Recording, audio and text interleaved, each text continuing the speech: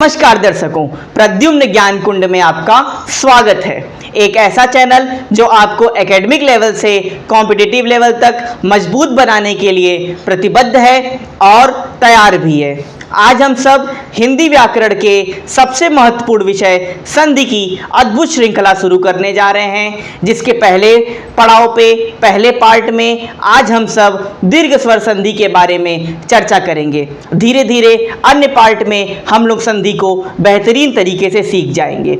संधि academic level से competition के हर एग्जाम में आपसे पूछा जाता है और बार बार ये आपके समक्ष आता है, लेकिन हम इसे इतने अच्छे तरीके से विभिन्न पार्ट्स में समझ जाएंगे कि ये हमें प्रतियोगिता के हर पड़ाव पे मदद करेगा। मुश्किलों में भाग जाना आसान होता है, हर पहलू जिंदगी का इम्तिहान होता है। डरने वालों को नहीं मिलता कुछ जिंदगी में, लड़ने वालों के कदमों में जहान होता है। इसी मोटिवेशन के साथ आज हम अपने टॉपिक संधि को शुरू करेंगे, जिसके पहले पार्ट में दीर्घ स्वर संधि की चर्चा करेंगे। संधि, सबसे पहले तो हम संधि को समझेंगे। दो वर्णों के मेल से जो विकार उत्पन्न होता है उसे हम संधि कहते हैं। दो वर्णों के मेल से जो विकार उत्पन्न होगा वो संधि कहलाएगा। उदाहरण के माध्यम से हम समझने की कोशिश करेंगे। सबसे पहले जैसे मैंने लिखा परम और अड़ु, इसका मतलब मैंने दो शब्द लिखे, अलग अलग दो शब्द लिखे हैं, तो दोनों के अंत में और प्रारंभ में जरूर कोई ना कोई स्वर उत्पन्न हुआ होगा। जैसे परम के अंत में अ स्वर की उत्पत्ति हुई है, अ स्वर की ध्वनि प्रयुक्त हो रही है। अड़ु के प्रारंभ में भी अ स्वर की ध्वनि उत्पन्न हो रही है, और जब हम ये अ और अ मिलाते हैं तो आ की ध्वनि उत्पन्न होती है और ये बन जाता है परमाणु। क्या बन जाता है? परमाणु बन जाता है। और देखिए, दो वर्णों के मेल से कुछ विकार उत्पन्न हुआ, जो विकार है वो आ के रूप में है। और देखिए, परमाणु जब बना तो इसमें दो वर्णों के मेल से विकार उत्पन्न हुआ, अर्थात यह किसका उदाहरण है? संधि का उदाहरण है। अब इसी संधि के कई पार्ट होते हैं, हम उसके बारे में भी चर्चा करते हैं। मैं इसको मिटा देता हूं। संधि तीन प्रकार की होती है। सबसे पहला स्वर संधि, स्वर संधि। दूसरी होती है व्यंजन संधि, व्यंजन संधि।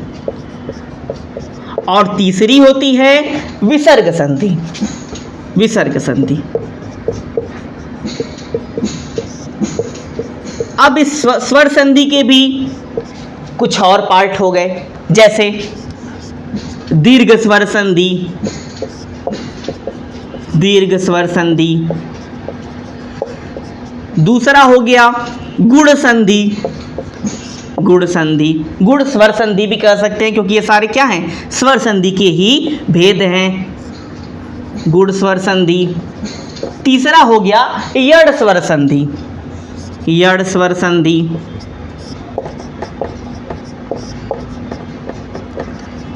चौथा हो गया वृद्धि स्वर संधि, वृद्धि स्वर संधि। और पांचवा और आखिरी जो है वो है अयादि स्वर संधि। क्या है? अयादि स्वर संधि। तो आज हम लोगों को जो पढ़ना है वो दीर्घ स्वर संधि के बारे में पढ़ना है।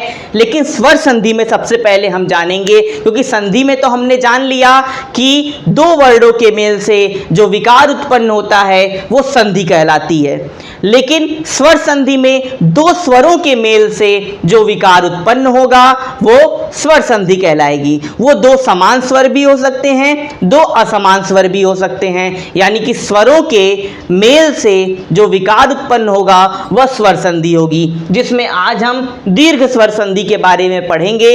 लेकिन उससे पहले हम ये जान लें कि स्वर कितने प्रकार के होते हैं, क्योंकि स्वर का इसमें जरूर यूज होगा। हिंदी वर्णमाला में जो शुरुआत में हमको अ से लेके अह तक नजर आता है वो स्वर होते हैं। मूलतः ये किसी सहायता से नहीं बोले जाते हैं, इनका उच्चारण स्वतंत्र होता है। लेकिन इसके 3 प्रकार होते हैं, ह्रस्व स्वर, प्लुत स्वर और दीर्घ स्वर। तो ह्रस्व स्वर पहले देखते हैं, यहां मैं लिख देता हूं आपकी सुविधा के लिए। पहला मैं लिख रहा हूं ह्रस्व स्वर। ह्रस्व स्वर जिसके उच्चारण में बहुत कम प्राणवायु निकलती है, यानी बहुत कम समय लगता है, जैसे अ, ई, उ और री।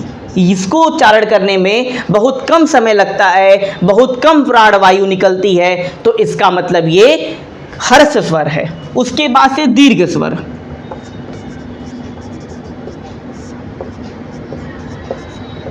जिसको प्रयुक्त होने में जिसके उच्चारण में ज्यादा प्राणवायु निकलती है, ज्यादा समय लगता है, जैसे आ,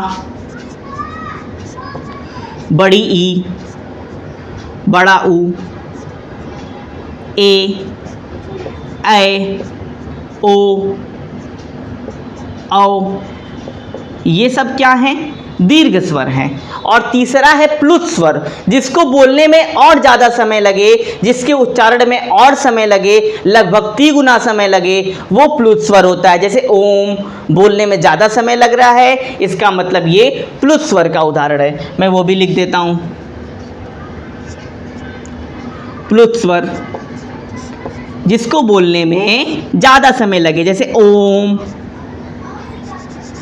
ओम बोलने में ज़्यादा समय लगा, तो ये प्लुत स्वर का उदाहरण है। तो हमने स्वर के माध्यम से ये तीनों समझ लिया कि ह्रस्व स्वर क्या होता है, दीर्घ स्वर क्या होता है और प्लुत स्वर क्या होता है। अब इसके बाद से आपको अगर ये नोट करना हो तो नोट कर लीजिए या फिर स्क्रीनशॉट ले लीजिए। अब हम आगे बढ़ते हैं। अब मैं इसको मिटा रहा हूँ। अब आज हम लोग पहले टॉपिक को पढ़ेंगे, दीर्घ स्वर संधि। दीर्घ स्वर संधि को आज हम पढ़ेंगे।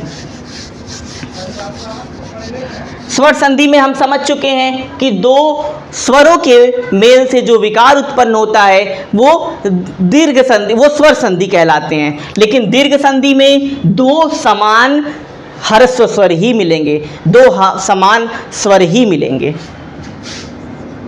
दीर्घ स्वर संधि में 2 समान स्वर ही मिलते हैं। जैसे अ और अ अगर मिले तो किसकी ध्वनि उत्पन्न होगी? आ की ध्वनि उत्पन्न होगी। या फिर इसका अंत हो जाए अ से और दूसरे शब्द का प्रारंभ हो जाए आ से, तो भी आ की ही ध्वनि उत्पन्न होगी। इसी तरह से अगर ई पे पहला शब्द का अंत हो और दूसरा भी ई पे प्रारंभ हो, तो उसकी ध्वनि बड़ी ई हो जाती है। इसी प्रकार से अगर ई है और दूसरे शब्द का जो प्रारंभ होगा बड़ी ई की मात्रा से हो जाएगा, तो भी ये बड़ी ई की ध्वनि ही उत्पन्न करेगा। इसी प्रकार से ऊ का भी है, ये बड़ा ऊ का ध्वनि उत्पन्न करेगा अगर इस पहले शब्द का जो अंत है वो छोटे ऊ पे हो रहा है और दूसरे शब्द का जो प्रारंभ है वो भी छोटे ऊ पे हो रहा है, तो बड़े ऊ का जो विकार है वो उत्पन्न होता है। और इसी तरह से अगर पहले शब्द का अंत छोटे ऊ पे हो रहा है और दूसरे शब्द का प्रारंभ बड़े ऊ पे हो रहा है, तब भी ये बड़ा ऊ का विकार उत्पन्न होता है। इसी तरह से री का है,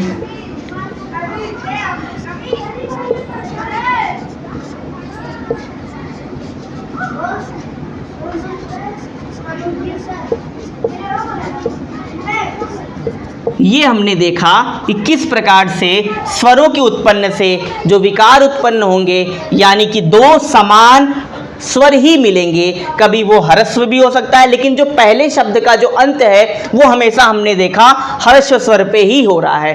बाद वाला ह्रस्व भी हो सकता है, दीर्घ भी हो सकता है, लेकिन जो विकार उत्पन्न होगा वो हमेशा दीर्घ स्वर में ही होगा। अब हम इसको समझ चुके हैं। अब हम इसको कुछ एग्जाम्पल्स के माध्यम से, कुछ उदाहरण के माध्यम से सीखने का प्रयास करेंगे। अब इसको नोट करना हो तो नोट कर लीजिए या फिर स्क्रीनशॉट ले लीजिए। अब मैं इसको मिटा रहा हूँ। तो आप देख रहे होंगे हम लोग कितने जादुई तरीके से और कितने बेहतरीन तरीके से ये सीखते जा रहे हैं। अब मैं इसको मिटा दे रहा हूँ। अब हम कुछ उदाहरण के माध्यम से समझेंगे। जैसे मैंने अभी आपको परमाणु का उदाहरण बताया, जैसे मैंने लिखा परम और दूसरा शब्द हमने लिखा था अणु। आप बताइए इसका अंत किससे हो रहा है, किस स्वर से, किस स्वर की ध्वनि से हो रहा है? तो अ से हो रहा है। और प्रारंभ भी किससे हो रहा है? देखिए अ से हो रहा है। तो इसमें विकार क्या उत्पन्न हो जाएगा? आ का उत्पन्न हो जाएगा। तो ये क्या बन गया? परमाणु बन गया। एक और समझते हैं। जैसे हमने ले लिया विद्या, विद्या, और हमने ले लिया आलय। विद्या ले लिया और आलय ले लिया। यहाँ पे आ है और ये भी आ है। तो इस पे कौन सा विकार उत्पन्न होगा? आ का विकार उत्पन्न होगा। तो ये क्या बन गया? विद्यालय। कुछ और उदाहरण समझते हैं हम लोग। हिमालय, हिमालय ले लीजिए। जैसे मैंने लिखा हिम, धन, आलय, यानी इसका अंत हो रहा है अ पर और इसका प्रारंभ हो रहा है आ पर। तो इसमें कौन सा विकार उत्पन्न होगा? देखिए अ और आ का उत्पन्न होगा। इसका मतलब ये क्या हो गया? ये हो गया हिमालय। इसमें कौन सा आ का विकार उत्पन्न हुआ ना, तो ये क्या बन गया? हिमालय बन गया। कुछ और उदाहरण देखते हैं हम लोग। जैसे लघु, धन, उर्मी। अब देखिए लघु में भी छोटा ऊ की मात्रा है, इसका अंत छोटे ऊ की मात्रा से ही हो रहा है और इसका प्रारंभ भी छोटे ऊ से ही हो रहा है। तो इसमें क्या उत्पन्न होगा? इसमें बड़ा ऊ का विकार उत्पन्न होगा, क्योंकि मैंने बोला है कि दो समान स्वर में ही विकार उत्पन्न होता है दीर्घ स्वर संधि में। तो ये बड़े ऊ का विकार उत्पन्न होगा और ये क्या बन जाएगा? लघूर्मी, यानी कि घ पर बड़ा ऊ की मात्रा, क्योंकि विकार बड़े ऊ का उत्पन्न हो रहा है, लघूर्मी। एक और देखते हैं हम लोग। जैसे मान लीजिए हमें लिखना सत्यार्थी। सत्यार्थी कैसे लिखेंगे? जैसे मैंने लिखा सत्य, धन, अर्थी। सत्य, धन, अर्थी। इसका मतलब यहाँ पे भी अ का उत्पन्न हो रहा है और यहाँ पे भी अ का उत्पन्न हो रहा है। तो विकार क्या उत्पन्न होगा? आ का उत्पन्न होगा। इसका मतलब ये हो गया सत्यार्थी। क्या हो गया? सत्यार्थी। तो कुछ उदाहरण के माध्यम से और कुछ ये ट्रिक के माध्यम से हम ये समझें। आज हमने ये समझा कि दीर्घ स्वर संधि क्या होता है, कुछ उदाहरण के माध्यम से भी हमने समझा। उम्मीद करता हूँ कि आज ये पहला पार्ट आपको आनंद आया होगा, आपको अच्छा लगा होगा और दीर्घ स्वर संधि के बारे में आप काफ़ी हद तक सीख चुके होंगे। आपको यदि मेरा तरीका अच्छा लगता है, आपको यदि मेरा प्रयास अच्छा लगता है, तो निश्चित रूप से हमारे साथ जुड़िए। हमारे चैनल को सब्सक्राइब कीजिए, उसको लाइक कीजिए, ज़्यादा से ज़्यादा मात्रा में शेयर कीजिए, क्योंकि ये आप ही का चैनल है और आप निश्चित रूप से सहयोग करते रहिए। अपने माता पिता का ध्यान रखिए, क्योंकि वो साक्षात ईश्वर हैं। राष्ट्र सेवा की भावना अपने अंदर प्रबल कीजिए और अपने आसपास साफ सफाई और स्वच्छता का ध्यान निश्चित रूप से रखिए और हमारे चैनल को सब्सक्राइब कीजिए, लाइक कीजिए। बहुत बहुत धन्यवाद।